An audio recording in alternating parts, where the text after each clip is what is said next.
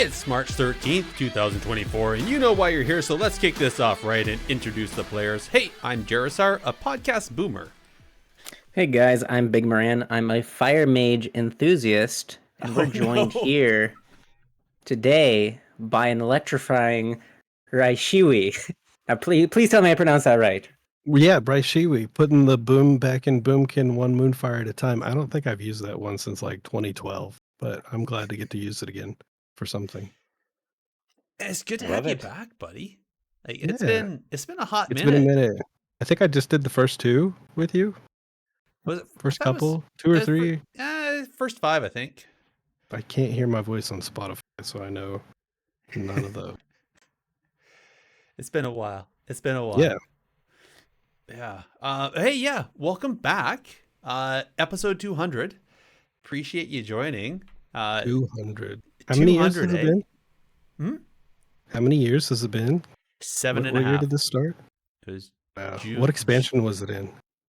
We were just talking about that offline. It was the tail end of WoD. It was okay. Yeah. The end of Warlords of Draenor. That makes sense. Yeah. It's and it actually makes sense because I remember like I think it was the second episode we had D Machine on talking from he was at GCB. Oh yeah. That's right. Okay. I do remember this now. Yeah. So hot minute. It was just a little while ago. And I think so. You haven't been on for a long time. I remember you stopped because life and things were getting hectic for you, your family and everything. Yeah, two little redhead children that look just like me that are just as terrible as me. So assume my life. I'm sure they're little angels. But what have you been up to for the last literally 7 years? I mean, I did play WoW. I still have played all the way up to Dragonflight and stuff. And I got to relive, Burning Crusade. This time around, I was an ambush dagger rogue, and I would just, sit and gank people all day and live that dream finally. And that was amazing.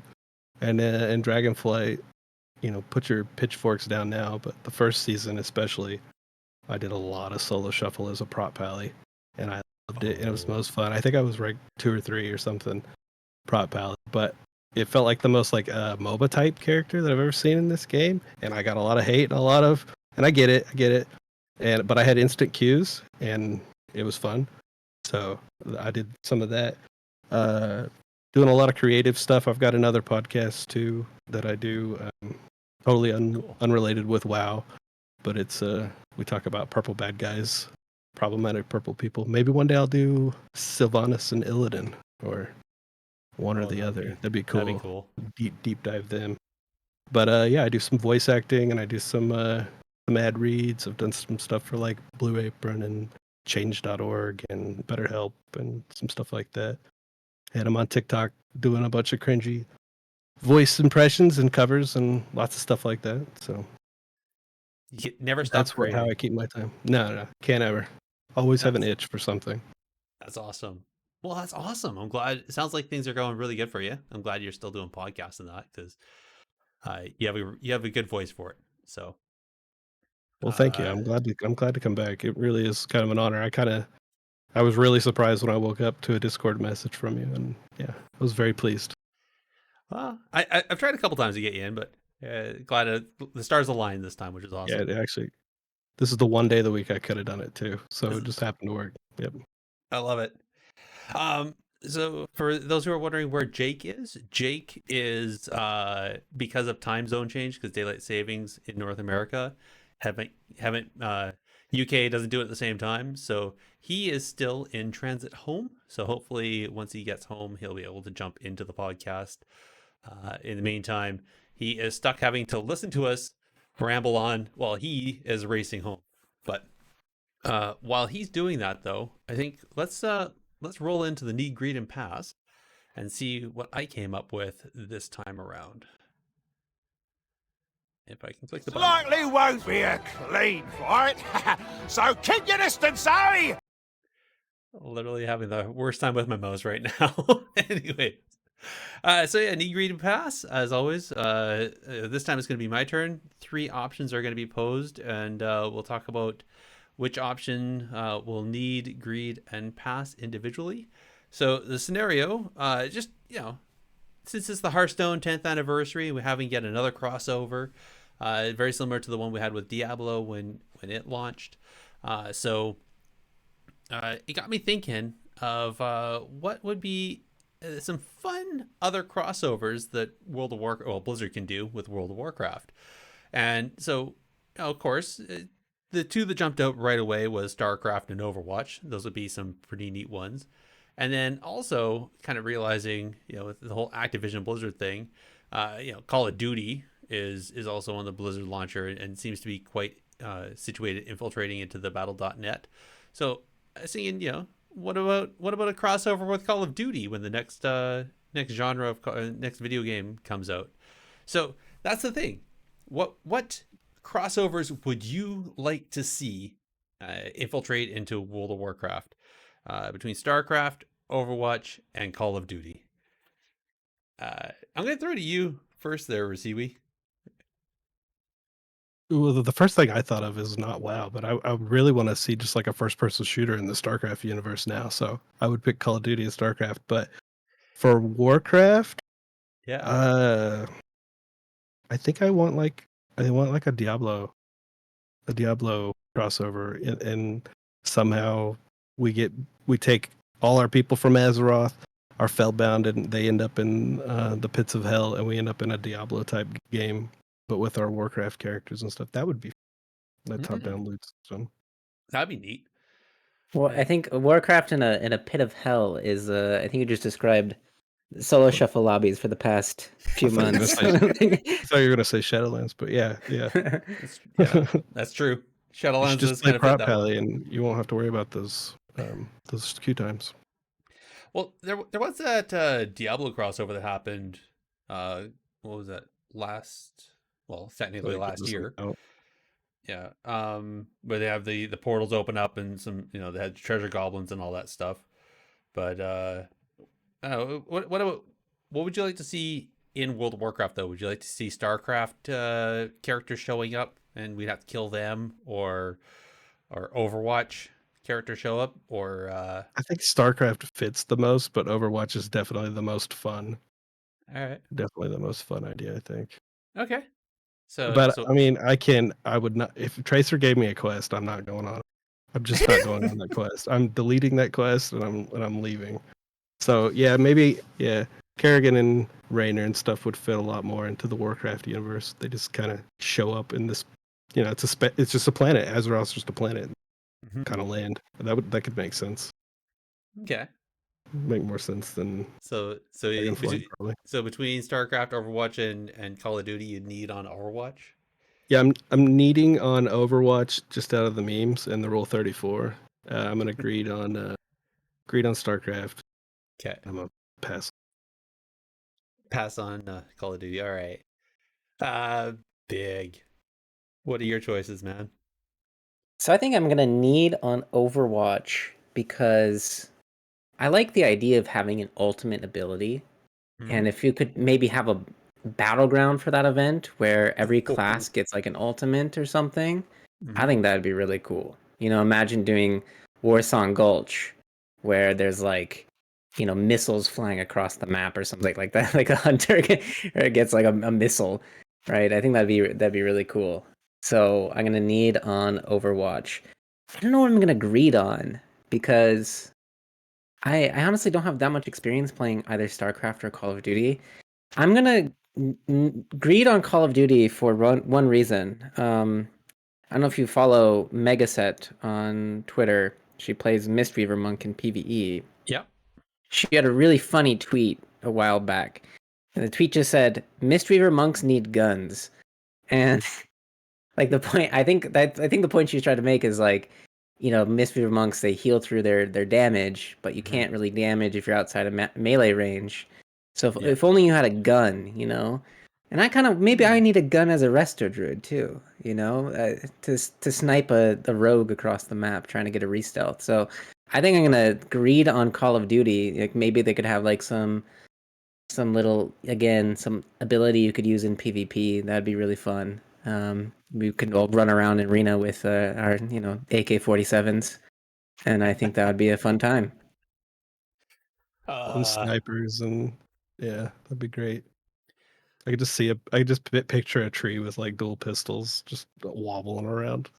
Exactly. Boomkins can't. They don't Doing the have fingers gunslinging. though. What do they do? Yeah. So actually, just for funsies, I'm going to need on Call of Duty, just because I want to see. I love how the Blizzard team has a really fun steampunk idealism where they turn things and steampunk them. So I'd love to see like a steampunk version of Call of Duty, but with World of Warcraft art assets. So I just feel like that'd be real fun. So Hmm. and then I'm actually going to greed on StarCraft, if only because of the what's it, the Zortos and what were the Protoss, Protoss, and the Protoss Zerg Terran. yeah, that's right, the Zerg and the Protoss. Just I want to see like how would we as World of Warcraft players be able to fight against pylons and like little Zerglings running around the ground and stuff like that, like With magic. Wizards good again. Yeah, oh, some poor orc just walking up to a tank. right, Yeah. like get run over by a tank. Well, obviously you do like the Warhammer mythology, and they would just steal the tank. The orcs would just steal the tanks. They'd steal all the tech, and then you'd have orcs with tech. That would be horrible, actually. Is it, maybe that's why Zerg infested humans, Zerg infested gnomes. That's what I need. oh my gosh, Zerg. Ooh, um, Protoss upgraded mechanomes. They have I could like, see that. Yeah, using the pylon power. yeah, right. Oh Goblins my too. gosh. Oh my gosh. All right. Yeah, I kind of need that. Also, when you were describing Overwatch with the ultimates, all I could think was he just wants Convoke back. Like he wants Convoke to be good again. That's because that's all it sounded like. I don't know if I want that. Hey, I mean, I'll take any ability that Sure. one shots anyone. For I sure. mean, it is fun. I was watching Markers the other day. He was playing his Boomy with Full Moon and just like Oh yeah, yeah. just nuking people, dropping full moons on their heads. It was, I like watching Markers play. He's like a bastion of hope for anyone who like any healer who misses the days of playing aggressive. He's yeah. always trying to make it work. And I guess when he plays Boomy, I've seen him play Full Moon, which is pretty rare these days. But I Yeah. respect it. Yeah, I Yeah, didn't think no, it did enough damage. I didn't think it did any. Last time I played, played for this expansion though. It hits pretty hard. yeah, Like okay. if you get the stars to align, it's pretty big damage. But kind of hard getting to that point in the arena. Yeah, that makes. What I was don't know. Full Moon's been one of those things that like is always good, either at the very beginning or the an expansion, like where it's all scaled weird. Yeah. There was one patch earlier this expansion where they buffed it and it was insanely broken. And that was the most fun I ever had playing Arena in Dragonflight was queuing Solo Shuffle when Full Moon was at its peak. Because it would just you'd press that button and you could just evaporate someone with like Crap, a it was Star that Surge whole after. afternoon. Or just Yeah, set it it was. your 45 minutes, just get one shot. Oh, I had a blast. I bet you did. I bet you did. too funny? Sounds Yeah. I think I don't know. I think Full Moon is one of those meme comps, right? It's like if you are, like I said, if you're able to get the stars to align, if you're able to just get the shots off, then you can wipe somebody. But you have to be able to get through a whole bunch of defensives and everything in order to make it work. Where Mhm. the person can't mitigate it and the healer can't mitigate it and all that stuff. But anyway, I think that's it for the Need Read and Pass. As always, if you're at home and you're listening to this, pop on over to our Discord channel. Let us know which one you would need read or pass between those crossovers. In the meantime, though, we're going to talk quickly about WoW PvP events, or lack thereof. Get in there and fight! Stop hiding! All right, so upcoming WoW PvP events. So we know that there's going to be season 4 stuff. The signups for that is going to be happening in April over at the Raider.io site. They aren't open yet, so no dates exactly. Because we don't know when season 4 hasn't been announced yet, right? We don't know the exact dates for that. No. So whenever that happens, I'm sure that'll open up. I'm expecting endish of April is probably going to be AWC again, but nothing confirmed, of course. And then the other events that we know of that are technically old events that got pushed to the right is Big Cal was going to do his dueling tournament for gold over on the EU servers, and then OTK was going to do another Season of Discovery tournament, which has been pushed to sometime in the summer. No dates for that exactly. Unfortunately, that's all that we are aware of, which really isn't much. So hopefully we have some better information for the next episode. And that's probably going to be the shortest PvP event segment we've done for a while. Hey, Big? I think. Yeah, I mean, usually there's Dalaran Gaming, and Flark, right? There's always it seems to be something, but No, I don't Flark know. hasn't done one for a while. And I mean, Dalaran Gaming has occasionally done his 5v5s, but I haven't seen him post about that for quite a while. Pardon me. I got the hiccups. Yeah. It's almost like it's like there should be some more community events. I think we've paid this lip service. I think we should probably do something. Yeah, anything. We gotta sit PvP transmog contest even like something. right? Yeah. Which one is your favorite PvP tier set? That'd be an interesting. Yeah. I'm pretty partial to my warlock with the chains and the skulls. I can't remember what season it is now. Warlocks and Death Knights always get the coolest transmogs. I don't That's know. a fact. This season 3 of Dragonflight's Priest looks pretty sweet. I don't even remember what it looks like. Oh, you know what one Jeez. I surprisingly like? You're a druid, Big, so you could resonate with this. Everything's always kind of it's either like feather or flower themed on everything.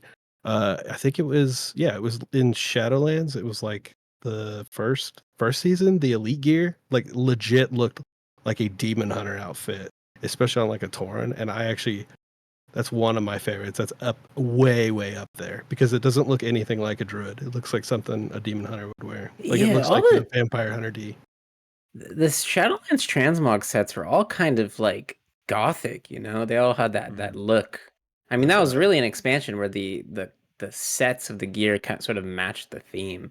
That's true. I mean, I really like the elite sets this expansion. Like there have been some absolute bangers. Like Priest during season 2 had, the like angelic like warrior look to them where they had the wings and the glowing, out of their backs. Like that looks really sick.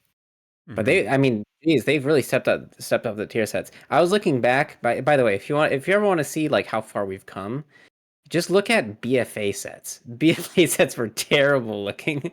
Like, oh my gosh, what a bad time for transmog if you're from that era. But my God, like we've come a long way for sure. Well, I think we could talk about this later into the subject analysis, but I remember when we had Chris Kaliki on, I'm pretty sure he said that in development, the budget that they had for developing the PvP side of the game got took to help finish off the PvE stuff. That's why season 1 was like kind of, there really wasn't a PvP implementation. It was, some honor gear maybe, and then it was just going. Yeah. Anyway, it wasn't good. Yeah, all the Burning Crusade was like a big show off for every class. Like Vengeful for every single class was this huge show off transmog. Yeah. And then season 4 kind of felt like a little more generic. And then from then on it got a little more generic. But yeah, it comes and goes. Cataclysm was pretty cool. Transmogs. Oh yeah, I didn't really like Wraths, any Wrath stuff. Not as a druid anyway. Well, Is that there's fair? there's kind of an event that happened recently. The Kata beta opened. Um, can't boost Yeah. to 85 right now. You have to, I believe, level if you want to play that. But I'm assuming they're going to have some sort of 85 boost here in the coming weeks, and people are Yeah. going to be able to play Cataclysm again. I've been researching it for videos, and I've had a fun time. Just I always like going back to the past, and there's a lot of stuff I forgot existed, and I'm like, wow, that was a cool. Like Shadow Priests and Kata were awesome. Mm-hmm. It was an amazing design, and so I'm kind of excited for Kata. I was excited for Wrath, but Kata it's kind of a bridge I think between old and new, and it's gonna be a fun time. It was. I think that's exactly what it was. They did a great job with Kata. I'm excited to see Kata Classic. I Yeah. think while we're talking about looking back, why don't we get into the subject analysis and really talk about why we're here? I'm gonna light you up, sweet cheeks. Alrighty. Yes.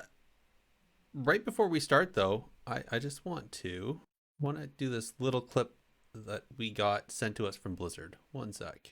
This is Morgan Day, Associate Game Director for World of Warcraft. You're listening to Technically PvP, and I just want to say congratulations on hitting episode 200. Thanks, Morgan. So that was courtesy of the WoW team, Associate Director Morgan Day, wishing us a happy 200th, which is really awesome because he was the one dev that we had that came on to the show, and we did a dev interview back in 2019, which was Yeah, nice. really awesome. Great conversation with him. He so I think actually a big kudos to Morgan, considering he started as a quality assurance guy. If I remember, he said him and his brother travel across country and joined Blizzard as QA, as part of the QA team, and now he's moved up to associate game director, which is Oh my gosh. pretty awesome. Yeah, it's I actually suspect that if Ian Hazzikostas ever leaves, Morgan Day is situated to be his replacement. I suspect, but I think let's roll into this. Let's we kind of we talked about it briefly there when we were first talking in the intro. But yeah, this is our 200th episode. The podcast all started back on the 28th of June 2016, and here we are, just over 7.5 years later, with episode 200. I'm pretty happy for this. I think Raishiwi, since you were here day one, pretty much, what were your favorite moments as either a co-host or even anything that you've listened to over the years? I mean, I was glad there to be there for the beginning because it was like kind of on the way out where I wanted to do a podcast and I had done a little bit in some interviews with some people and I wasn't going to be able to do it like that forever. And when you reached out to me, that was like the perfect like segue and felt like I felt that it was in good hands, the like PvP podcast, because there was no podcast before that. So it's nice to have a place that people can go to. You brought up the D Machine stuff. I know I did like the interview with Vin and Soda and Azale. Getting to hear Azale's voice again, because like that's my caster that I grew up with. Because I remember in the very early, like the Burning Crusade and Wrath of the Lich King tournaments, like you could hardly even find them to watch. But he was the caster for the longest time. So yeah, I was glad to hear his voice again. That was great. Yeah, I was super proud when we were And able to get obviously that Vin lined up. Ruki, that's my boy. Elliot's my boy. He wore like some Raishiwi merch the day my first child was born, just as a shout out. So love That's Vin. awesome. Yeah. I missed that. I missed that connection. Sorry. Well, it was before the podcast even, so that was probably it was 8 years ago. Because you said the podcast started June 28th, 2016. Yeah, my kid Yeah. was born 2016. So. Yeah, actually, because I remember as we like the first few months, seeing little Raishiwi Junior running around there, and we were like doing Yeah, stuff. no, there's another one. And she's smaller and more deadly. A little Godzilla, a little supervillain in training. You're But yeah, taking care of her well. Then that's awesome. yeah. Teaching them well. Yeah, dad is more stressful and more fun than I thought it would be. So if you're scared about being a dad, you should be. But it'll be all right. If there's anybody listening that's like 1 month out, I know there's somebody. It's gonna be okay. It won't be okay, but it'll be okay. Yeah. Yeah. You always have WoW to go back to. It's okay. You can play that any time of day when they're not sleeping. It's fine. I think it all depends. I think it depends on yourself, your kid, the needs of the family. I remember, Jesus, years, when I first had my child, my firstborn, holding her in my arms with, have her all swaddled up and holding I propped the formula bottle in her mouth, or the bottle in her mouth so she could drink it. And then I just fish with my MMO mouse. Oh yeah. That's the only thing I could do. There has definitely been some of that gone on during the years, for sure. Yeah, that's what's nice about like a Naga type mouse. Yeah. Oh yeah, no, Naga keeps me sane. All right, Big is you joined in. Well, so first off, you actually were first on the show back in episode 32 when we were talking about the Yeah. 7.3 patch. Yeah, I don't even remember how that came about. Like, I'm assuming you probably DM'd me or something. Yeah. And That's 'cause I pretty much wonder- how I get everybody on this show. Is I just DM randomly. yeah, because I wonder what I was doing. I think That's I all wasn't you can do, working yeah. for skill cap. Well, I probably was working part-time for skill cap at the time. It was probably not my main job. So, like, man, it's such a blur to me these past 8 years, to be honest, when it comes to sort of my content creation life. Kind of cringe at that word content creator, but it's all been kind of a blur to me. But yeah, I remember that first podcast talking about, it must have been 7.3 must have been Legion, right? That must have been the end of Legion. Yeah, so probably just thinking about tier lists even back then, I love tier lists. But I mean, over the years, I mean, to steal some of, actually, we'll go in reverse. So I really enjoyed, by the way, the episode we did last time on RBGs. That was a really fun episode. I mean, despite the fact that there's some questionable things in the in the chat, but aside from that, I really enjoyed that episode, and I really enjoyed the Jamili episode a lot. I thought that was a nice little treat. Having a character like Jaw on to talk about Frost Mage, and him accidentally cursing and apologizing and then cursing again. It was good. But yeah, and then I guess some of the more distant podcast. Oh, also I have to throw this in. I really enjoyed our podcast about. It was another recent one about gear being available that is unobtainable. That was a really fun conversation. Yes. I think.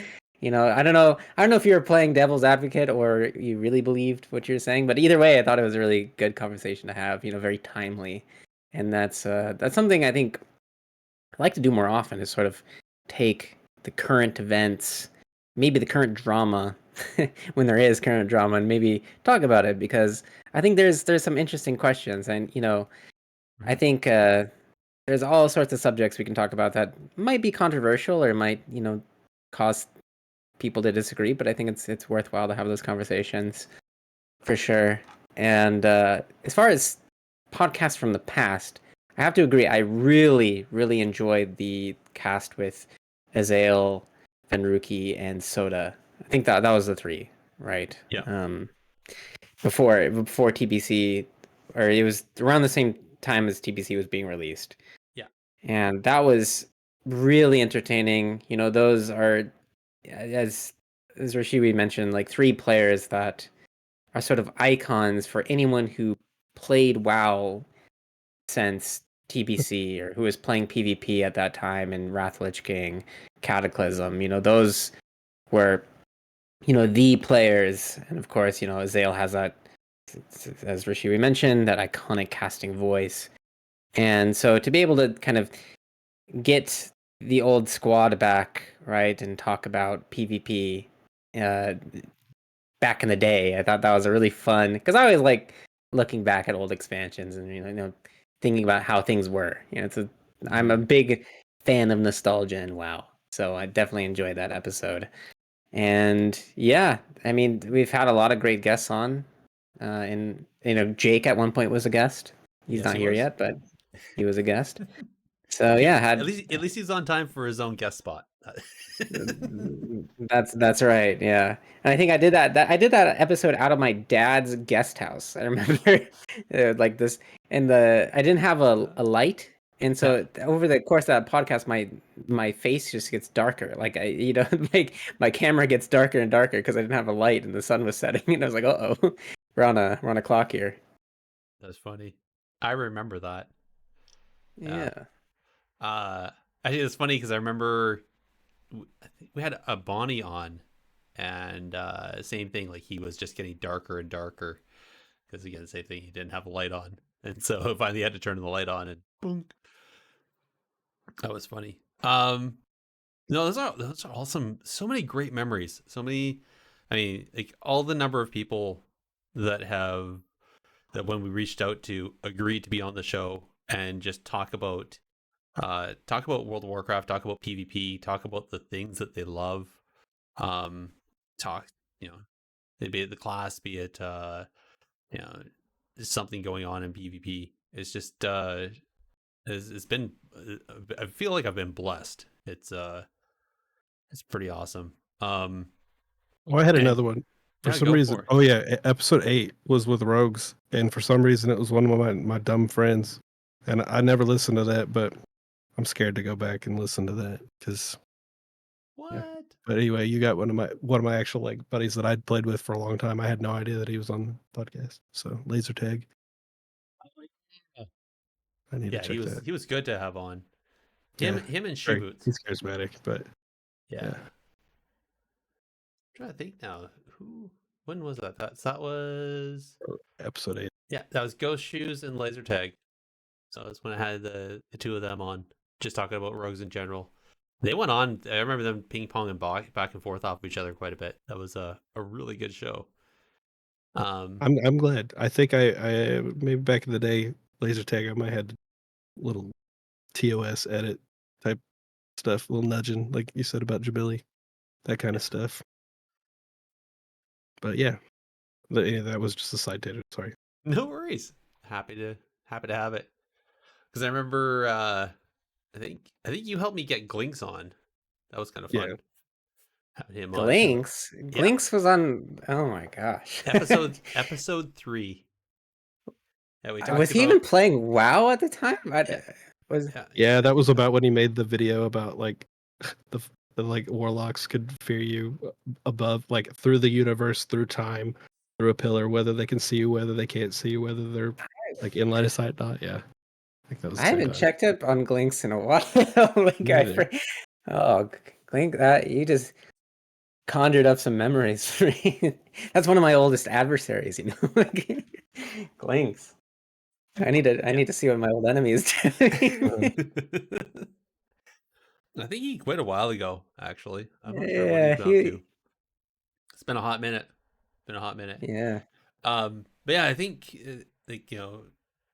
teeing off with the guys over on GCD TV. So, D Machine back in episode 2, talking about PvP, talking about doing community esports stuff, and then later on we had El Bareth, episode 7.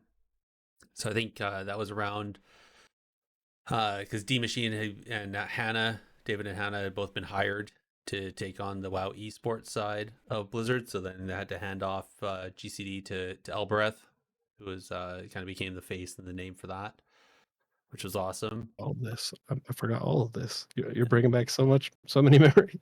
You're welcome.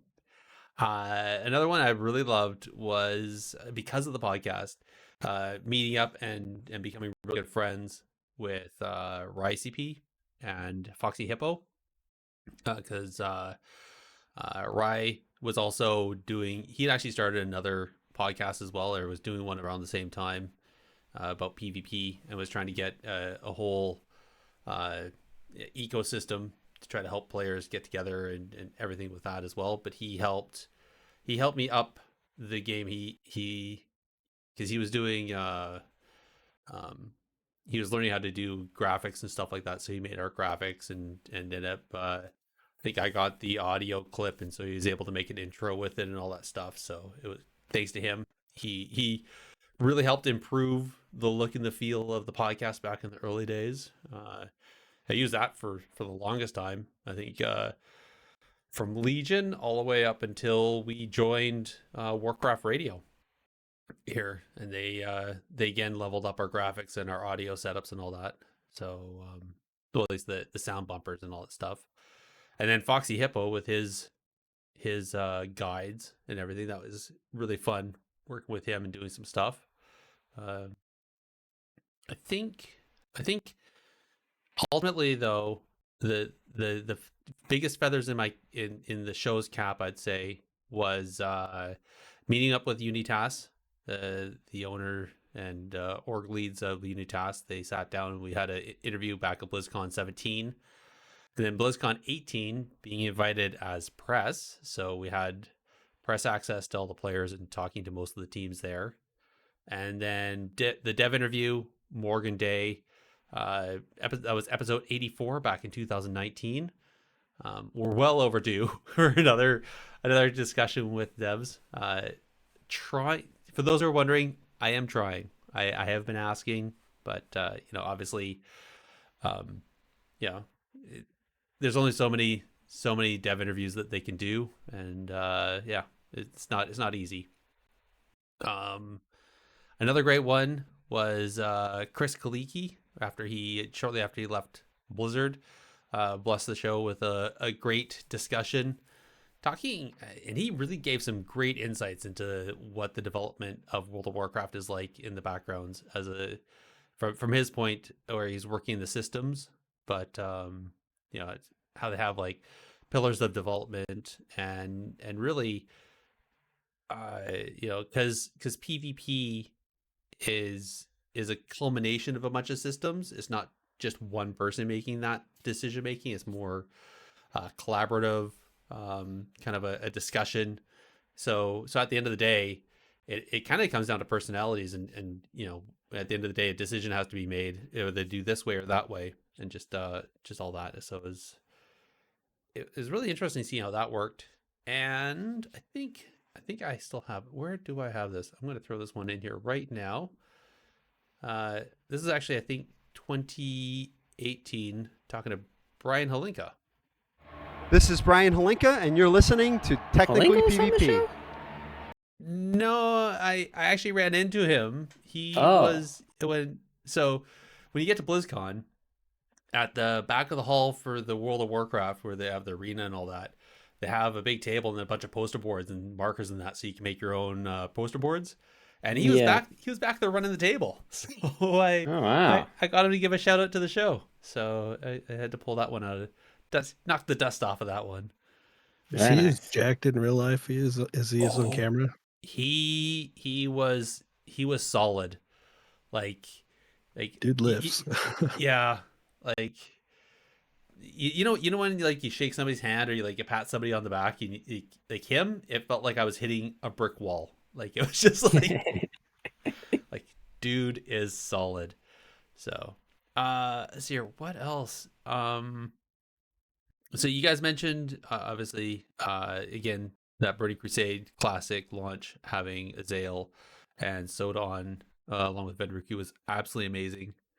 I think another one that I was really especially proud of is getting Blizzo, Morrow, Brain, and Ceralium on after they won season 1 of 2021 AWC.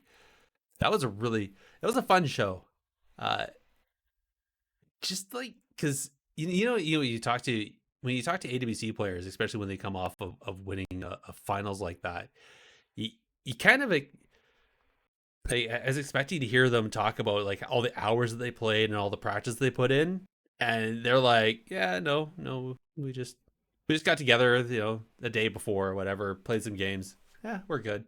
It was it kind of blew my mind, like just how Nice. I guess like they've already well, and I guess that's the thing, like the amount of time and practice they've already put in to become an expert to get there just meant that they already had the knowledge. It's not like they had to do any practicing or any knowledge gaining to become better or to do the job, right? It's Yeah, and I think that's actually super smart. I don't think enough teams probably do that. Mhm. I think probably people over cram and over practice, and maybe that can be helpful for a specific strategy or something. But like for overall, I think for anything, like you can definitely over prepare. Yeah. And I think that's kind of how they talked about it. It was pretty much that same idealism. Um, but that was a fun conversation. And then I think the other big one, just having the WoW esports guys on. So Hmm. D Machine when he was working there at Blizzard, and then later on, or more recently, was having Adrian there, Healing Stat, on talking about um, is what they're up to for the year. You know, as much as we tried, we never got to hear what was happening beyond that, though. If it wasn't announced officially, try as we will, try as we may, we could never get them to talk about what was coming down the pipeline. they were they were But well. I mean, hindsight, we kind of got maybe glimpses because I remember, I think this might have been the D Machine. Okay, there multiple D Machine. Yes. Uh, okay, I think the later one, the one that was more recent. I think he did mention that the WoW esports team, was cooking up something really interesting. And I think he was alluding to the cross-region tournaments, if I had to guess.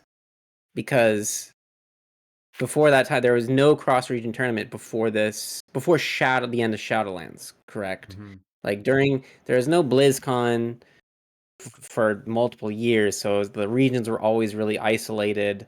And I want to say that that's probably what he was referring to. Um, and Possible. I'm really, yeah, and even if it wasn't, I'm really happy the cross region tournaments exist. Yeah. I know there's maybe some concerns, right, around latency and whatnot, but I think as a fan of WoW esports, it is the best thing they've done in recent years, is bring that back. And I now, agree.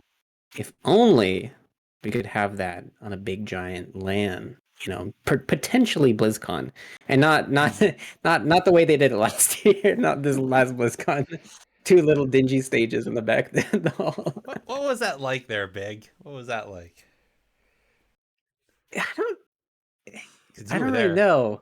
Yeah, I mean, it was just really crowded. It was just really weird. I can't really explain Yeah. it. It was like an afterthought. It was like, oh shoot, we have a tournament. Like, where are we gonna put this?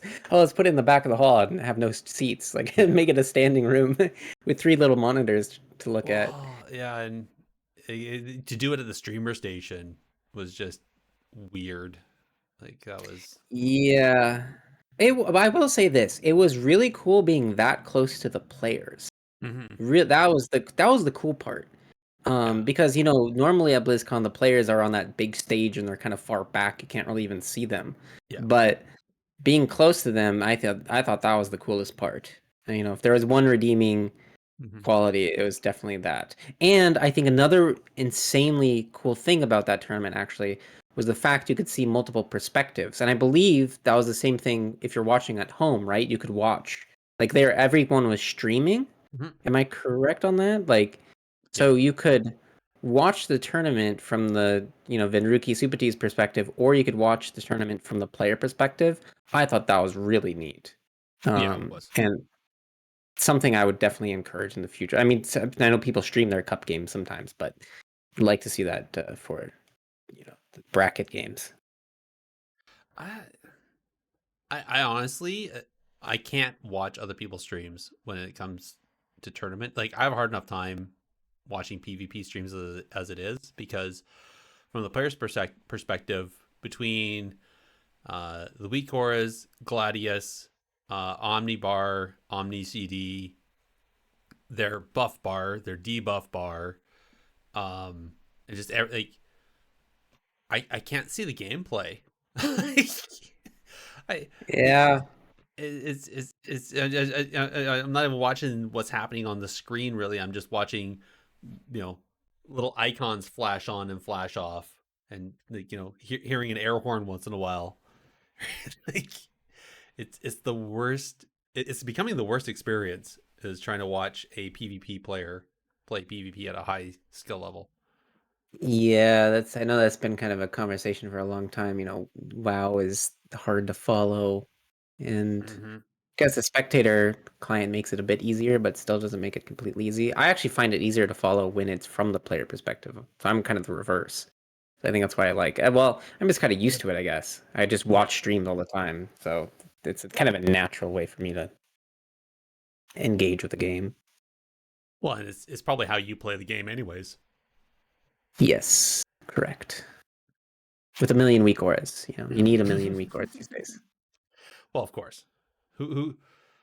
Anyways, yeah, we're not going to get into add-on. We have a whole episode about that. I had a friend that used the spectator UI for his like gaming, like his actual UI to play, and I thought that was bizarre. Wow. Yeah, I've seen people request like I get questions in the Discord like how do I make my UI look like this? I'm like, I don't know if you want your UI to look like this. Like, things are pretty standard for a reason at this point. But teach their own. Yeah, I guess. I don't know. I guess I know for PvE it makes sense to have that wide open area in the front because you're moving out of puddles, you're seeing what the all the mechanics are going off and stuff like that. I'm not so sure if you need to have that same field of view for arena play. I don't know. I definitely see it for battlegrounds because you need to see what's happening in the distance for a battleground. But I find with arena, I don't think you need that. I don't know. I guess that's the difference though. It depends on what you want to see, I guess, to play the game. So Yes. Games came a long way. I do have one question. Maybe you is. guys know. Currently, any of the tournament orgs, is there a pay to entry fee for anything, or is everything qualifier invite? Because I know back in the day when it was MLG, like in 2008, 2009, teams would have to pay MLG. You get 4 players, and you would pay $5,000 to enter, and like the grand prize was 15,000 for a team at the time. So they were basically so if they didn't place first, it's like it was a net loss no matter what for them. Really, I didn't know that. And stuff. Yeah, it was five grand to enter. Because at the same time, I think StarCraft doing per person, and I think it was like 150 to enter, and there were hundreds of computers lined up. Gee. Wow. Way back in the day. But I didn't think there was any like pay to enter things anymore. But I thought it was just all qualify or invite. No, so I think for World of Warcraft, there was originally the tournament realm. I know it wasn't called tournament realm at the time though. It was the arena server where you had to pay an extra $25 to access it, and then that ladder led to the what was it? The Intel Extreme Masters. And then at one there point used to be they got MLG back, and they actually like had the full on open tournament. I remember I got some friends to compete in that too. Thousands and thousands of people competing in those tournaments. Yeah. Super cool. I think they changed in Warlords, I want to say. So before Warlords, there was always an arena tournament server that you had to pay like $20 to, or if you're Canadian, you could write a letter to enter. I don't know if you knew that, Garrison. I did not know that. Yeah, because there's some Canadian law that requires any, I don't know how it is, like competition to have a free way of entering. And so if you're Canadian, you could just write a letter saying, "Hey, I want to compete in this tournament. Please let me." And they do it. Oh my god! Son of a. Yeah. So it used to be there was a tournament realm and there was a tournament ladder, and so Yep. you'd queue actual 3v3, and the top 8 teams would then qualify to the regionals and then play against each other, and then that would funnel into BlizzCon. The top 2 teams or top 3 teams would go to BlizzCon. Yep. Then I think in WoD they started the cup system, Yeah. where because I think that's the expansion where they started cups, and then it was just open, sign up on, I don't know what the website was before. It was Raider.io. It was what, game battles or something. Yeah. Yeah. It was You'd essentially MLG. you'd sign up for it with a team, and it was completely free. Yeah. And it's been that way ever since. So you just sign up with the team, as long as you're all eligible, you get the green light. Then you're entered into a bracket on a designated day, and if you win some games, then you go to the weekend finals, and you play in the top 8. And it's been that way, I think, since WoD. So Yeah. I think it was a little bit before that. I think the difference that WoD brought in was the option for 4-player rosters and They had the didn't they have 5 for one at one point too?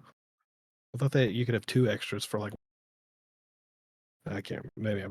I think And I know it, there was 3. I think the limit was 3 for a while. I think it was for a while. 3 up to Mists of Pandaria. I don't remember when they changed it from 3. Because no, it must have been WoD is when they opened it up to 4. Mm-hmm. Because even I'm trying to think of the last tournament in MoP, which was BlizzCon 2014. I don't remember. I think everyone had a 3-man roster because it was 3 amigos. It was Snuts, Venruki, Sidu. Looney's team was 3 people. Everyone had 3 people. And then in WoD, there's now a 4th. Because I remember it was kind of weird. Cubsy's team in WoD. It was Cubsy, Wealthy Man, and Roasties. They had a 3-man roster, which is kind of weird. Everyone was like, "Oh, why don't they have a 4th?" Because they played RMD. So WoD was the first time you could have 4 players. But I don't think there was ever a time where you could have 5, unless it was maybe the a 4 long was time just ago. way earlier because it wasn't Wreckful Story. Wasn't he the 4th on his team? And he wasn't playing During the MLG days, I on think you could the have. Orange Normal.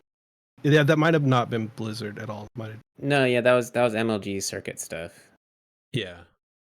Which they were doing for Blizzard, but Yeah, that was the qualifier for BlizzCon. mm-hmm. It is interesting how the actual BlizzCon has had like 3-4 different like subsidiaries, like the GCT TV, the AWC, to like get them to the actual finals. It's what a roller coaster. It's been interesting. I almost feel like we should get those people back on sometime. GCD and definitely want to get Healing Stat back on again. But I feel like WoW Esports is almost due with this War Within coming in. Would be about the same time that they should do like some changes, maybe toss up the format a little bit more. See what they'll do.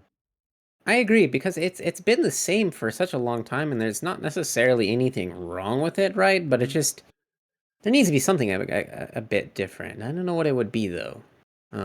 One thing I do.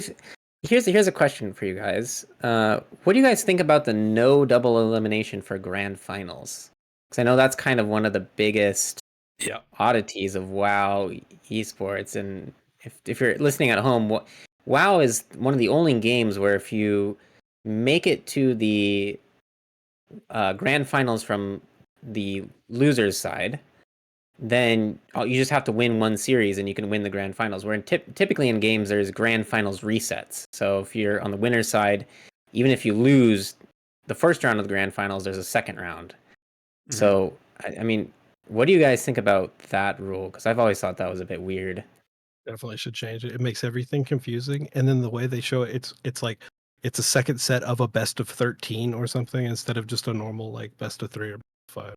I think it makes everything more confusing.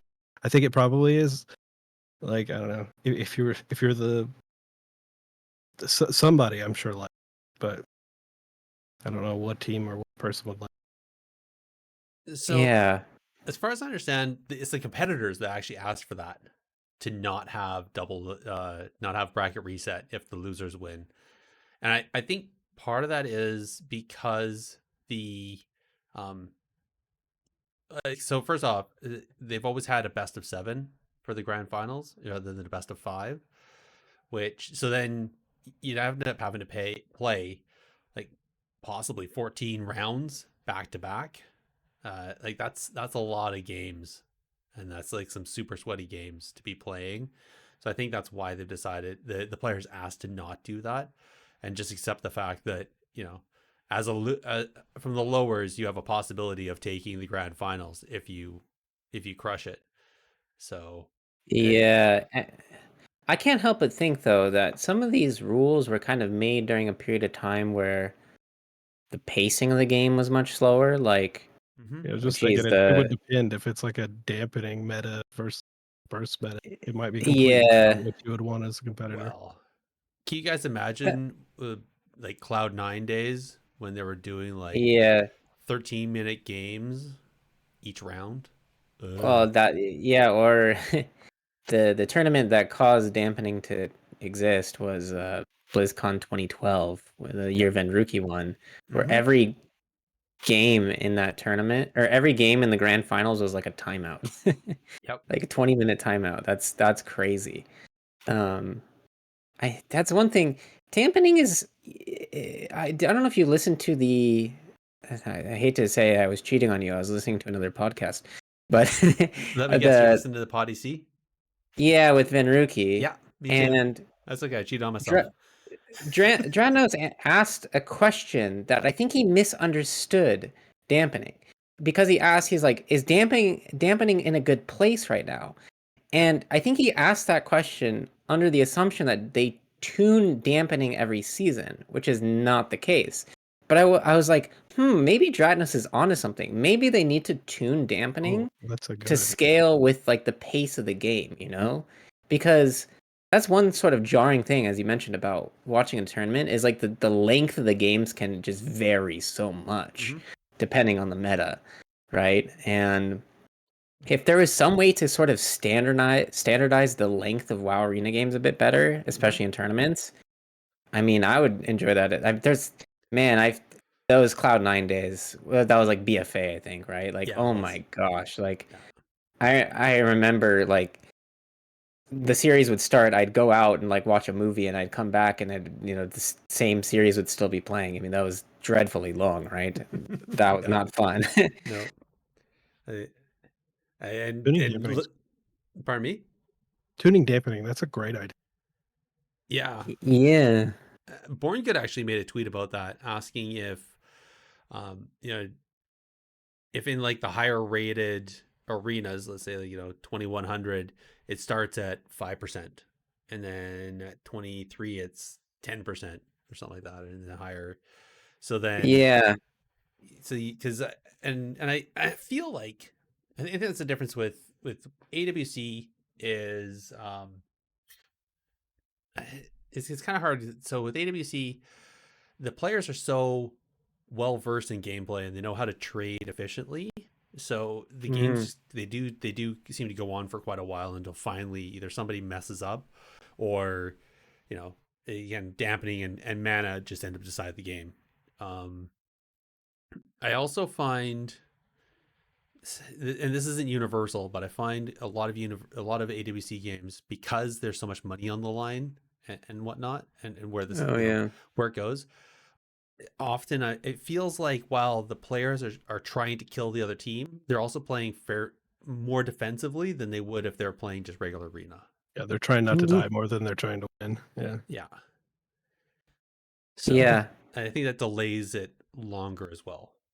Yeah, there's this weird paradox I've noticed, where like high level players, they think healers are overpowered, but lower rated players think the opposite.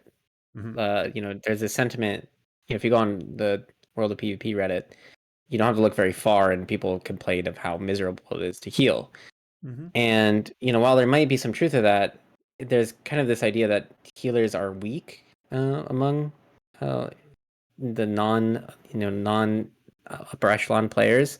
So yeah, I think dampening would be the way to tune that, where you make dampening more powerful at higher ratings and less powerful at lower ratings. That makes sense to me. Um, I can already I can maybe sort of predict from a game design perspective that Blizzard wouldn't like that because it might be, they've used this word confusing a lot of times. Is if something is a good idea that makes a lot of sense on paper, usually the excuse of why it's not implemented is, oh, it's too confusing. And I mean, I think I don't know if Do that's you remember what it necessarily a good was before, excuse. just prior to dampening? Do you remember the system before that where it was like it had like 3 stages, and the last stage you basically were like one-shotting each other Yeah, it's for called the the win so crowd long? chose you, Yeah, that's and what that we could go if the back to game's that. yeah, if the game timed out, whatever team did more damage would get a buff, and then they would one shot, which is an interesting way to Pretty solve pretty that silly. problem. I also think what you just said about the high rating to low rating. I think that's always been a problem with people that are like also new getting into PvP at all. Is you're watching like the highest rated player in the world play their spec versus the highest rated player in the world, and they're taking that advice like as something they should use when they're on the last page of the last chapter where they should just be starting at Yeah, page one. And I think that because like that is only a thing that's happened since like streaming, I think. But yeah, Yeah. I feel it's the same thing even with PvE where people would try to copy like the race to world first strats. yeah, you just copy their talents and you'll be fine. And it doesn't Yeah. work at all because you don't know how to use them. No. Not understanding why that linked, why that was done that certain way, and sometimes there's certain talent choices that are done because of their teammates and who they're playing with, and to lean off of other strengths, or oh, I don't need that survivability because my healer is super awesome and will keep me alive. In the meantime, if you're doing LFR, good luck. I've definitely been yeah. asked, why are you running X talent instead of something else? Well, the answer is I'm dumb and I suck. And I'm going to screw it up if I do the other one. So I'm not even going to give myself the chance to screw it up. Yeah. Usually the answer.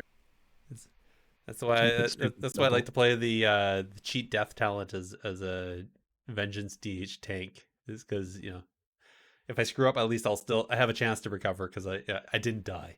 It's Got to be idiot proof for me to play it too. Yeah. yeah, yeah, easy to pick up, hard to master. I'm somewhere in the middle. All right, um, back to the show though. I don't think Jake's gonna actually be able to join us. Unfortunately, it's probably too late for him now.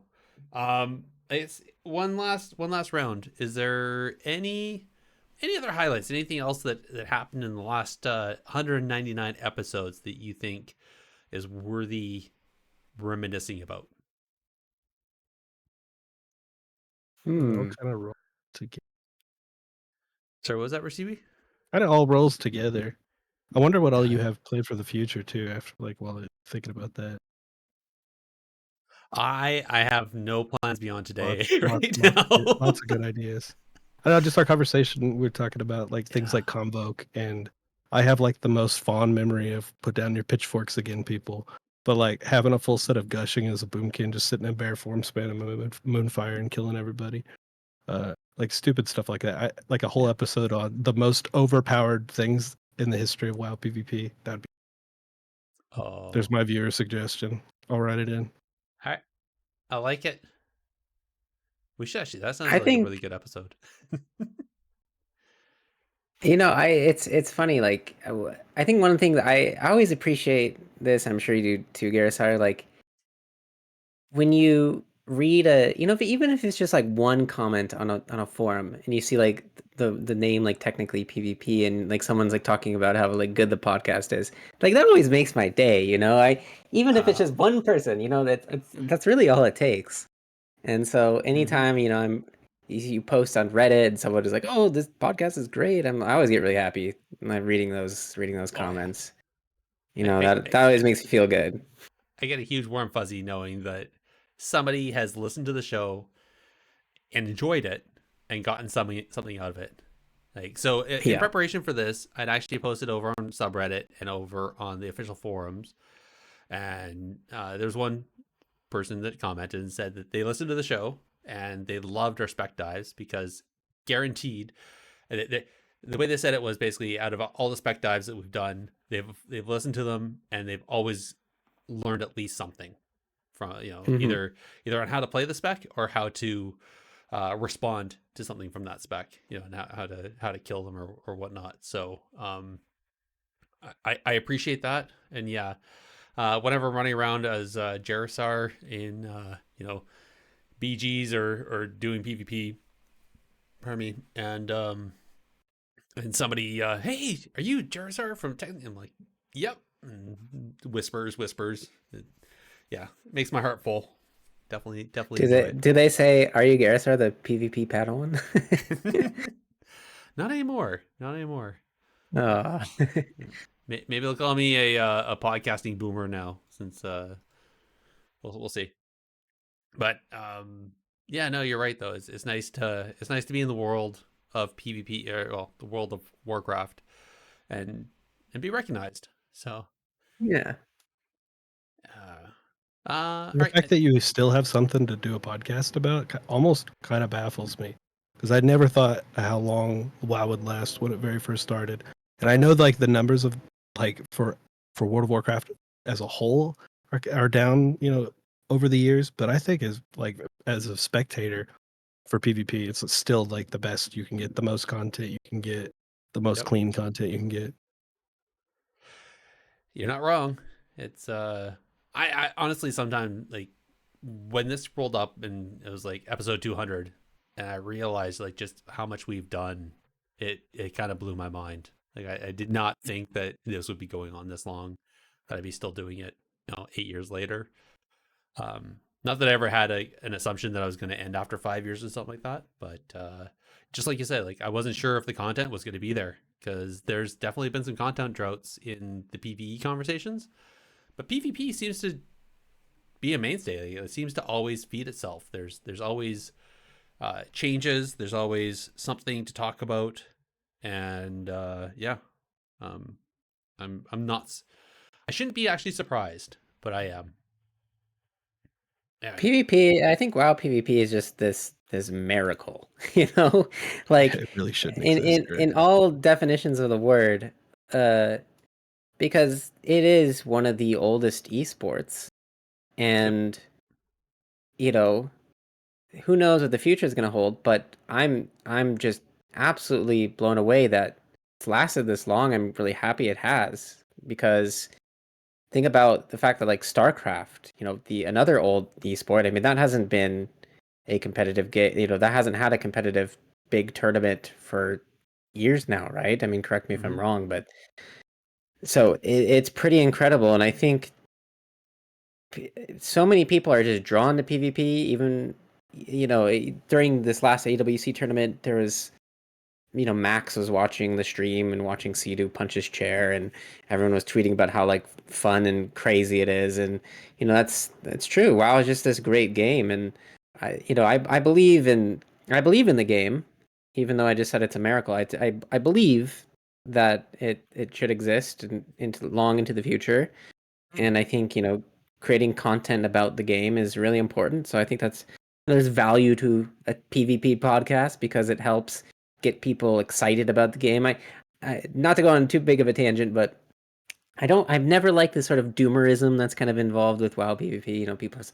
I can't tell you how many times I've heard that WoW PvP is dying, right? I'm sure we've heard that since Yeah. 2008, right? Like, probably even before that, and it's so it's only it will only die if there's no one left around to prop it up. So I think if you care about PvP, you should care about podcasts, care about streams, care about tournaments. I mean, there's a lot going on for WoW, and I'm just glad it's existed this whole time.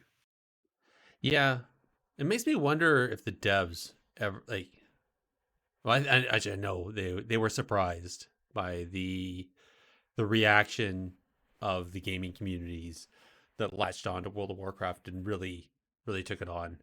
but I don't think they at any time expected that it would be what it is today.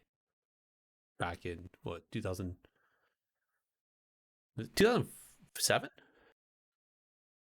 When there was the Yeah, first tournament? First tournament. Yeah, probably 7. Yeah, yeah. maybe even earlier. I can't remember 'Cause, now. Oh man, I can't. I'll look it up some other time. Yeah, actually, no, I can probably find it on Wikipedia here. the Tournament. first tournament was World Series of Video Games. This is 2007. Yeah. So yeah, 2007 first. That was V Hell.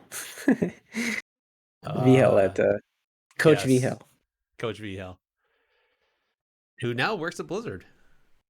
Yeah, a As lot of old folks too. yeah, I can't remember when he started. He started much later, but yeah, he's been working at Blizzard for the longest time. I remember when I saw him in the West Coast Chopper video when they're making the choppers, and he went in there showing the guys. Oh, I forgot about those motorcycles. Yeah, yeah, Weird crossover. that was a crossover and a half. Wow. Yeah.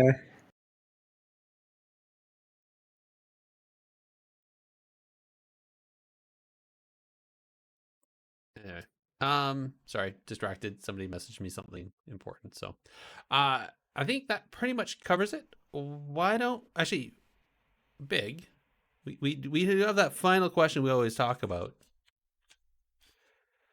Yes. What is now? Okay, we always ask the question: if you had an unlimited budget and unlimited time and resources, what is one thing you would change? Now, do we want this question to be about the podcast or about WoW? Like, what do you think, Karisar? Well, we've pretty much been self-serving this whole podcast talking about ourselves. So why don't we finish it talking about ourselves? So let's make it about the podcast. Can I answer first? Sure. I want a big, giant gaming mansion, technically PvP mansion, on a hill, and I want to have our podcast be live. Now we would have to figure out if it's in Canada or America, or I guess England. You know, we have to figure out where it's going to be. Maybe we can meet somewhere in the middle in the ocean. You know, Bahamas. but yeah. But I thought it would be at least for like a year to live in a gaming house. I think it would be very fun. You know, as long as it has like a split floor plan, we're not like next to each other. You know, I've always thought that'd be fun to like live with, you know, people you game with, assuming that they aren't, you know, they can do laundry and stuff. But yeah, that's what I would change. I want a technically PvP mansion to do a podcast from. I love it. I love it. We'd have to have we'd have to have like a wax statues of Venruki and Ziku and I don't know, like the big names, right? Yes. All right. My change is you need to start talking about pet battles because that is technically PvP. I'm sorry, that was bad, but I don't really have anything I would change, but no, I don't know. Because from the last time I saw it, and then I come in the Discord and I see the show notes and everything, I'm like, oh, we have we've evolved a little bit already. So yeah, a lot has changed since then. Yeah, I've learned some lessons over the years. What can I say? Oh, come on. Let's be wild and fancy free. Yeah, Raishiwi. Pick anything. What can we do to if unlimited money? What would you do to make the show better or supreme?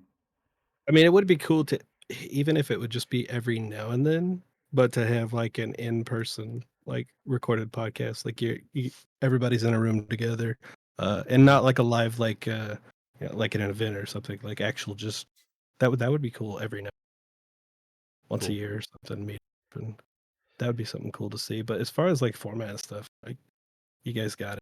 You got the entertainment, you got the news, you got the people, the guests. Indeed, It's good. I like it. I don't think you need too much. I don't think you need an unlimited budget to make unlimited I hate the word content too, but yeah, unlimited good content.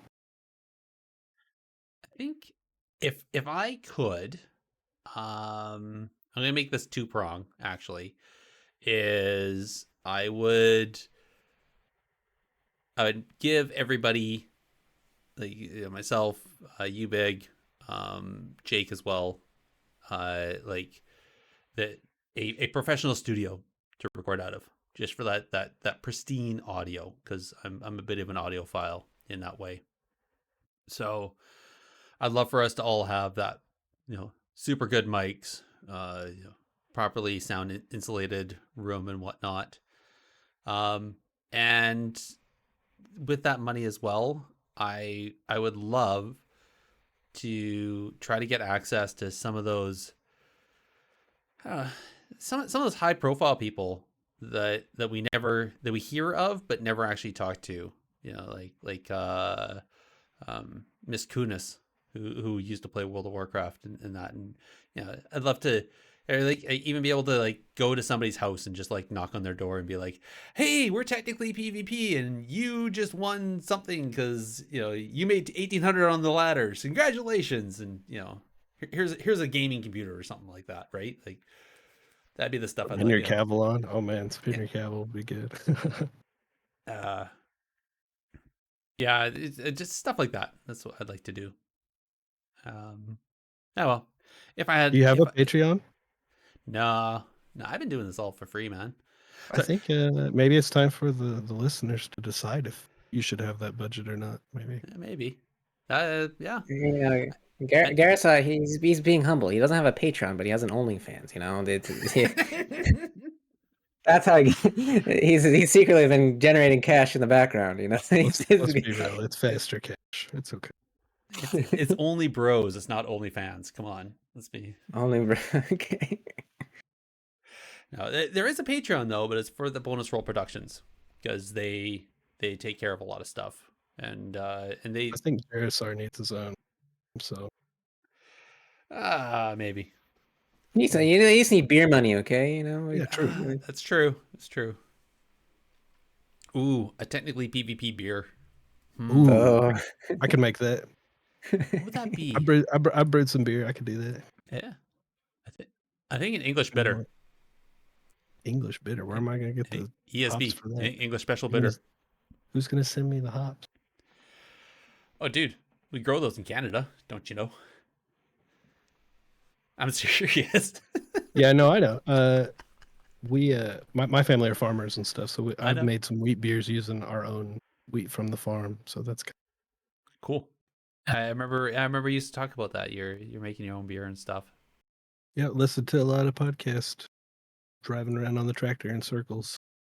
I actually remember watching some MLG back in the day, like before, like it was on the smartphone on Twitch, but it was like you only had the 1080p, or like you couldn't downscale anything, so it was terrible. And I'd be riding around on a giant tractor so loud trying to listen. I had to hold my phone up. It's like 110 degrees outside.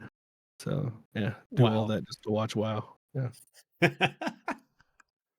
Couldn't wait for the VOD later, eh? No way. I don't blame you. I don't blame you. All right. Speaking of not waiting, why don't we get into the news and we'll roll this out. All right. Who ordered up an extra large can of whoop ass? All right. So into the news. Everybody knows, but the AWC mid-season clash happened on the finished on the 3rd of March, really on that whole weekend. Absolute banger of a weekend. Huge congratulations though to Team Echo for taking the gold. Almost didn't make it. They had to get knocked down to the lowers and then fight their way back up. But yeah, they ended up taking it. So kudos to them. I think that was probably the most interesting weekend just because of the battles that were happening, not just in the arena, but also happening on Twitter about complaining about ping. So, and we did get to see that weekend. I mean, I think the best game of World of Warcraft ever played. That was the craziest, the Trill 2v3. Yeah. Spoiler alert. But that was the the highlight of the tournament, I think, for me, and I think maybe for a lot of people. That was pretty crazy. Definitely the best game I've seen. And it's not just that 1 minute, like that was the climax to it. Yeah. But like that whole match, like it was touch and go. Like Yes. one team would drop down to like sub 10% and then come back up, and then another team would drop down 10% and come back up. Like Sam was almost dead there for the longest time, but CD was able to bring him back a few times. It wasn't until that last time that he died. Finally, I think it was a banger of an episode, or banger, sorry, of a matchup.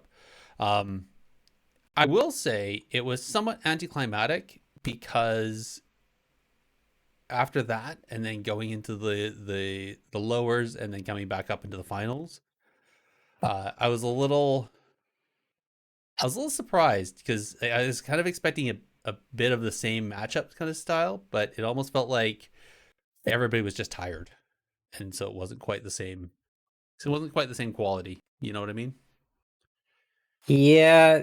I mean, man, I wanted C2's team to win so bad. Of obviously NA, right? But yeah, it was. I think after that series, I mean, that series spoiled us, right? That was Yeah. it was too much. Kind of set the expectation a bit too high. And no, then, but it was a good tournament regardless. Every matchup was insane. It was, yeah. Raishiwi, did you were you watching it on your phone, or were you watching it? You watch it at all? I didn't catch it live. I just watched Vinricky did a big breakdown video of it afterward, and I watched that whole thing. And yeah, so it even caught my eye. But yeah, It was. If you have a chance, I highly recommend just go back and watch the VOD of the match. It was a hell of a game. Jake, you got here just in time for the news segment. Yeah, I'm very sorry about this. It's all good. It's all good. did Chromie get you time traveled, or? Yeah, I literally I actually zoomed past the Demon Hunter nerfs that they got lined up. I think they got lost as well. So Yeah. Oh no. Well done. Well done. Did you catch the gauntlet though in the AWC midseason clash that happened a couple weekends ago? I did. Yeah, I did. It was I didn't manage to watch all of it, but I did have I watched as much as I could do, and I think, to be honest with you, I think it was probably the best bit of WoW PvP I've seen in a very long time.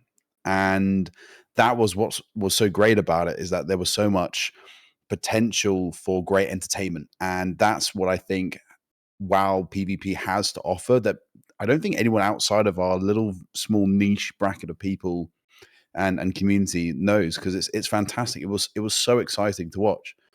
And yeah, just brilliant. Yeah, can't disagree. I think the thing I liked the most was, and leaning back into that Potty C conversation we were having earlier with Dratnos, even said that he started watching it, and he's a PvE guy. Like, he doesn't watch PvP, but he was seeing so much stuff on Twitter, he had to go over and watch to see what was going on.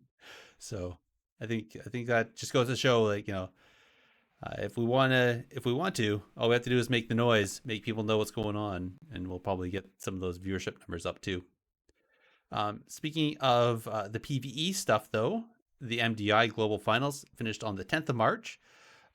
Again, another amazing weekend of competition between teams all around the world. And huge congratulations to Mandatory for taking the first place that weekend and officially ending Echo's 7-year streak in the Mythic Dungeon International. So that as well, an amazing weekend. And it's like some of the finishes were like sub seconds, like milliseconds and stuff like that.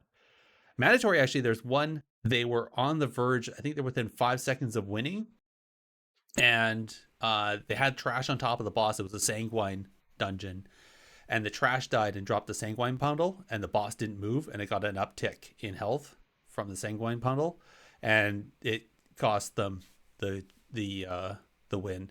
So they probably would have been able to down it in the 5 seconds, but instead it took over 13 seconds for them to take down that extra 500,000 health that had upticked from the sanguine. So and then hot fixes. So a little bit of class tuning happened over reset.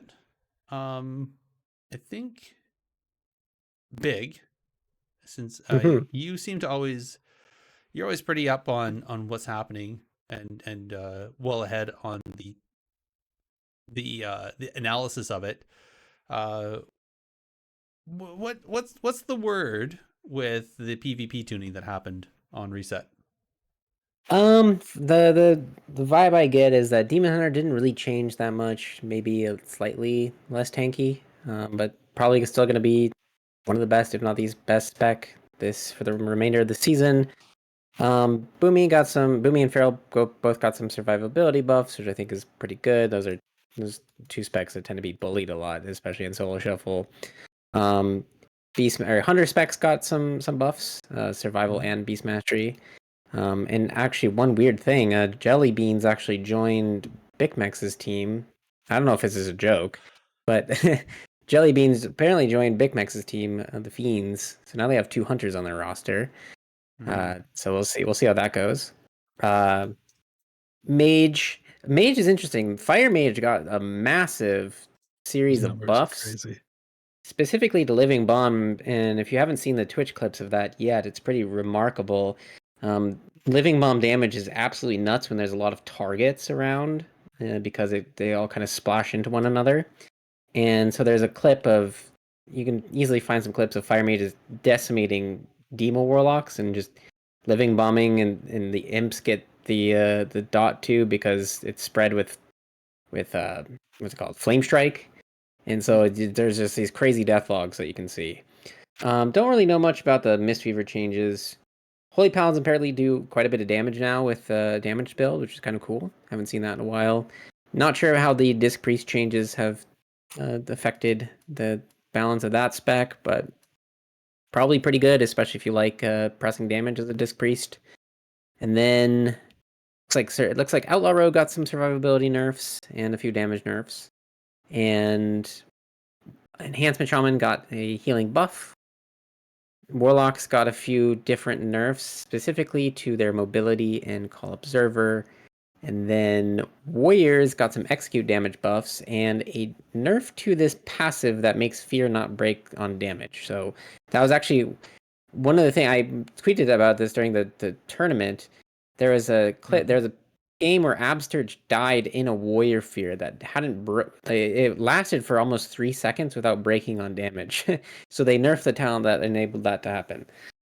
So yeah, I know probably people wanted more Demon Hunter nerfs. I think that's sort of the feeling I get, and maybe there's going to be some more. I know that the AWC and MDI was preventing tuning from happening. In fact, I think the last tuning we got was January 24th or something before this.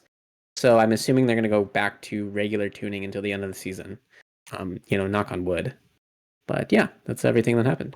I'm expecting it. I like that. Just for the Mistweaver, our friend Mystical, he did make a tweet about it and said casting as a Mistweaver still sucks. Fist weaving is still great. So okay, yeah, and apparently, warlocks are easier to run down. Surprise. Sounds good. Indeed. Jake, I think. Yes. Do you have anything that popped up for you else from the show note or from the from the class tuning that happened and the hot fixes?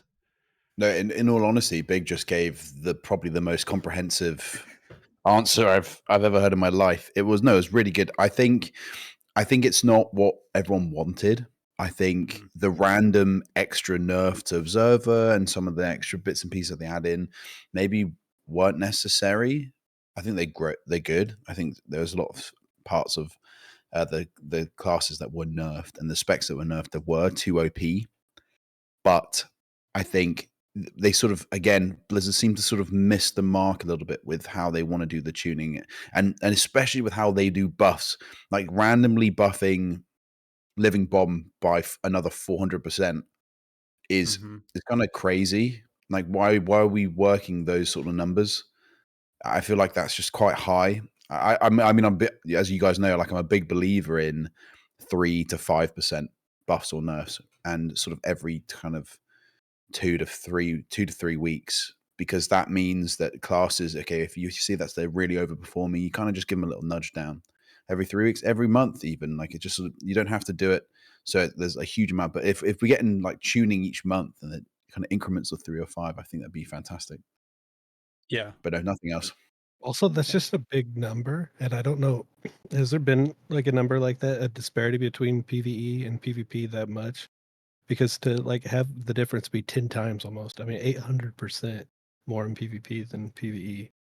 Is it a 4 set thing in PvE that makes it too overpowered or something? I don't know. But I just always thought, like, if we got to the point where 100% would be like the max you would have between PvE and PvP, I can't believe it's 10 times the spell. Yeah. Yeah, I'm not sure. I've never seen a sort of buff of this magnitude before, but there is a disconnect between PvE and PvP, and I think sadly sometimes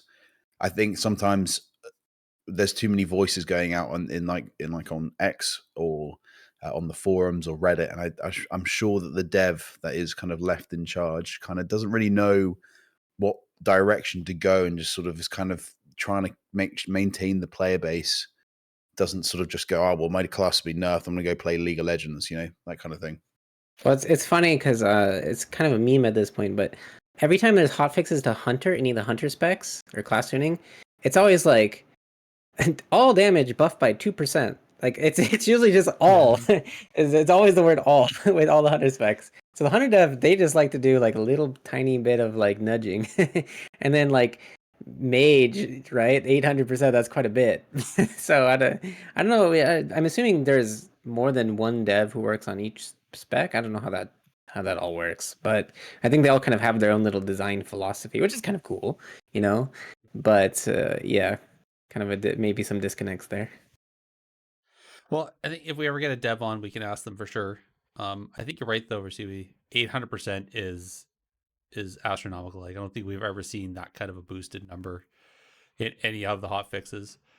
Um, I I suspect that was just kind of like one of those, like, okay, fine, let's just swing it and see where this goes, and just have some fun.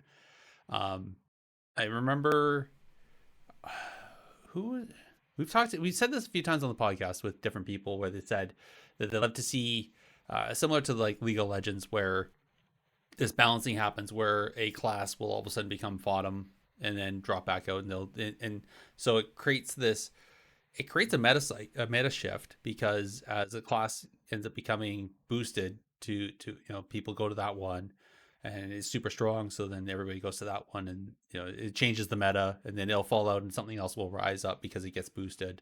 So I suspect that this might be something like that. Even is like, okay, Fire Mage hasn't had its time for a while, let's make Fire Mage awesome. Boom, here you go. And even then, like you're saying, I think it's only within specific instances that it's really awesome. And in this case, it happens with demo locks, because of all the pets and everything. It just like, you create this chain explosion almost that you would never otherwise see. So Yeah, don't stack up versus Fire Mage. yeah, You're giving them what they want. exactly. But I mean, in any case, this, like, talk about a way to hard counter demo locks, which people were complaining about for the longest time, right? Yeah, just explode. Yeah, Explode the imps before they explode you. indeed. I think one last piece of news. I hadn't really talked about it yet through all the other stuff, because I think it needed a little bit of its own piece. But yeah, Jellybeans left the move, or more specifically, he was dropped from the roster. So that happened right before the AWC Gauntlet started. It was done very quietly, in that it was meant to be quietly. Jellybeans, I think the way it went about wasn't great. So the Jellybeans went to Twitch, made his own video talking to his community about it. Absurge, after the AWC, went on and did his take on it. essentially, the team has been, Jelly Beans has been having some issues. It's not just now; it's been happening since basically day one. So for like the last 8 years, they've been dealing with this on and off, and they were finally done with it. So yeah, so they told Jelly, go get yourself some help. And so he ended up then turning around and joining the Fiends. So I don't know if that part is the meme or not. I don't know if he's actually part of the Fiends or not. Well, I'm sure we'll find out when season 4 starts and we start seeing what the rosters are in the cup signups. But yeah, that said, Jelly has been very well known as a hunter player. That's kind of what he's most well known for. But he's very capable of doing multiple other specs and classes, and I suspect that I doubt they're going to have a double hunter team. I don't think hunters are that strong. So I don't know. We shall see. Time will tell. Time will tell. But that a little bit of drama. I don't want to get too far into it. If anybody's interested, if you go over to Jelly Beans Twitch, I'm sure you'll find the VOD there. And if you go to Absturges, you'll find it there too. You'll find his. And I think Ntix did a conversation about it too on Twitter. Usually he covers stuff like that, and there's a few other things. But yeah. So that pretty much ends the show. As always, we like to finish off with some shout outs. So I'm going to start with you, Raishiwi, as our special guest. Is there anybody you would like to shout out? Anybody that I would like to shout out? I don't. All right. I don't know. As far as WoW, the only thing I can think of is I would like shout out to Snuts, because that is one person that actually like set and helped like teach me a long time back back in the day, like a decade ago. And he's just keeps winning everything. So it's kind of cool to see him just keep winning stuff over and over. But yeah, Cool. I don't have any shout outs. No, that's a good one, I think. Big, how about you? Do you have any shout outs? Yeah, shout out to Jax. He just made, I've given a shout out multiple times, but he just made an add-on, or I think a week or something. Right now, a lot of streamers are getting like harassed by invites. So people make a character with like a not so nice name and spam invite people to their group. So Jax made an add-on to block invites. Simple, lightweight add-on. So if you're dealing with that for whatever reason, go check out his Twitter. I don't know what his Twitter is, actually. I should have came prepared for this, but let's see, Jax. You were not prepared. I was not prepared. Jax IRL. If you go to Jax IRL on Twitter, made a weak aura to prevent you from getting invited to a group. Obviously, you're going to want to turn that off when you do want to get an invite, but good add-on to have. Nice. Jake. Shout out to the guys doing roadworks on the M25 at Junction 10. Thank you for making my journey so much longer than it needed to be. Yeah. Was at least relaxing. It was lovely hearing your voices as I was storming down the motorway.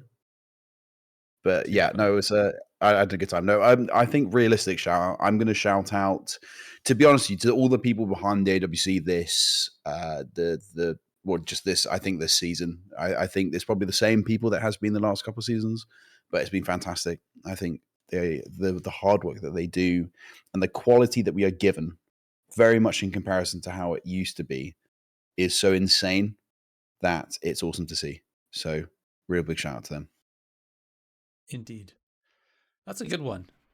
I am going to shout out our umbrella organization, Bonus Roll Productions, just for all the support they've given us over the years, giving us the facelift when we first joined, when they're Warcraft Radio, and then also the hosting, all the back end support, and just being an awesome crew of content creators who support each other. So kudos to them. All right, Raishiwi, you said that you TikTok and you have a podcast and you stream and stuff. Tell us where can we find you on the interwebs Yeah. for all that fun stuff you do? If you can spell my name, that's one good thing about my random gen name from back in the day is it's unique. But it's Raishiwi. You can find me on TikTok, do impressions and covers and stuff. Also on YouTube, a little bit on Twitch. If you want to listen to my podcast, it's the Problematic Purple People podcast, and we do deep dives on purple themed villains. Like I said, maybe we'll do some on Sylvanas and Illidan. If you want to hire me to sell your product for voicing, or if you want me to do a character, I can do everything from Elmo to Illidan. You can hire me at backstage at Zachary Scott OK. Awesome. I wonder what Illidan would sound, or what Elmo would sound like trying to imitate Illidan. Oh, Elmo loves you. Oh, I'm not prepared. Oh my!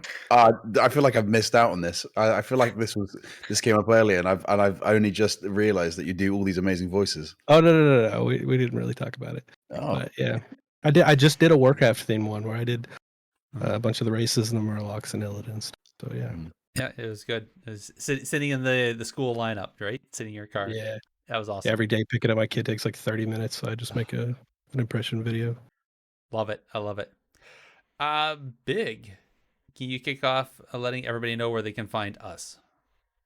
Yes, I can. You can contact us directly with a tweet to @technically_PvP or by an email to technicallypvp@gmail.com. You can also join our discussions on the Bonus Roll Productions Discord.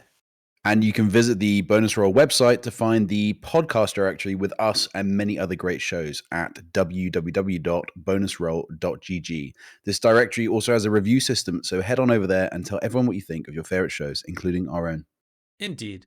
And as always, links for everything we talked about are going to be in the show notes. Thank you, everyone, for listening, and we'll chat with you next time. Good night, everybody. Good night.